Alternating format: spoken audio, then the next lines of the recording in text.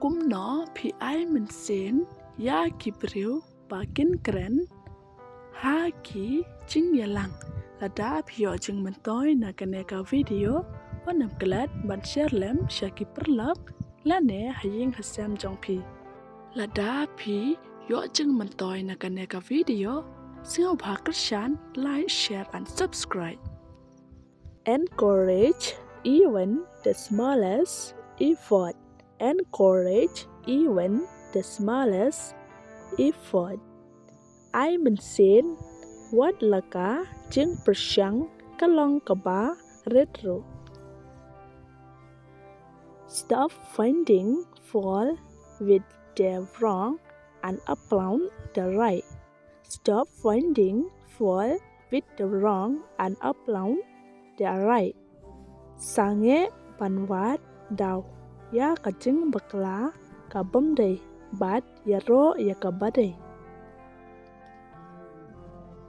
Forget all the reason why it won't work and believe the one reason why it will. Forget all the reason why it won't work and believe the one reason why it will. Kelat ya baro ki daw balay kam tri kam bat ngej ya kaway ka daw balay kan tri kam. Dreams don't work unless you do. Dreams don't work unless you do. Ki chứng phật níu kim tri kam tat hadu ba pin dale. Prove yourself to yourself, not others. Prove yourself to yourself, not others. Pin shisha mapi da mapi hi omday ya kiwe. If nobody will help you, do it alone. If nobody will help you, do it alone. Là da don mano bayarab yapi let he marway. Never give up on prayer. God sometimes answers in unexpected ways. Never give up on prayer. God sometimes answers in unexpected ways. What do jinkerman? Ha ki jing duwai teng teng ublay ujubab ha kapor ba pimpoy perkat. If you want something you never had, you have to do something you never done. If you want something you never had, you have to do something you never done. Là da phikwa ya ka ấy ka ba phim pat chỗ đón phi hab ban lệ ya ka ấy ka ba phim pat chỗ lệ.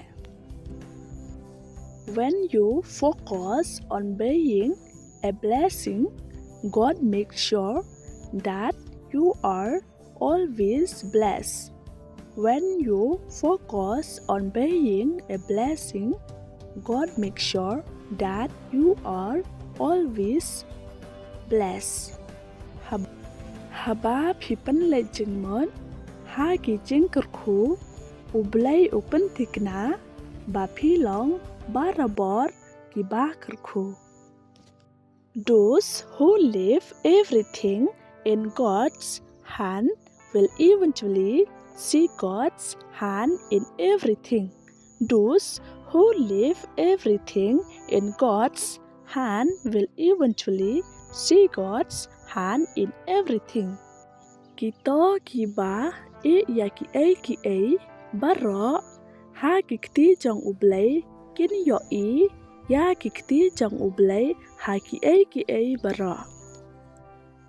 To trust God in the light is nothing, but trust Him in the dark, that is faith. To trust God in the light is nothing but trust Him in the dark, that is faith. Ba pensinya ya u play ha ka ching shai cam don ai hắn rấy bà pin shania ya u ha ka ching dom ka ta ka de ka ching ngek. The purpose of our life is to be happy. The purpose of our life is to be happy. Cả chứng thmu ha cả chứng yếm trong nhé cả lòng bà nghiên các bạn. Never forget 3 types of people in your life. Never forget 3 types of people in your life.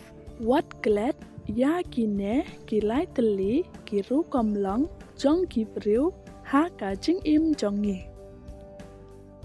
Who helped you in your difficult time? Who helped you in your difficult time? Ba rap ya phi ha ki ching e trong phi. Who left you in your difficult times? Who left you in your difficult times? Ba e no ya phi ha ki ching e trong phi. Who put you in difficult time? Who put you in difficult time? Bà bố ya phi ha ki ching e. I respect people who tell me the truth. I respect people who tell me the truth. Nga buram ya kibriu kibaya tho ya nga ya ka ching shisha. Trust what you feel, not what you hear. Trust what you feel, not what you hear. Shania ya ka ai ka ba phi sneo. Om đấy bạn ya ka ai ka ba phi ya sneo.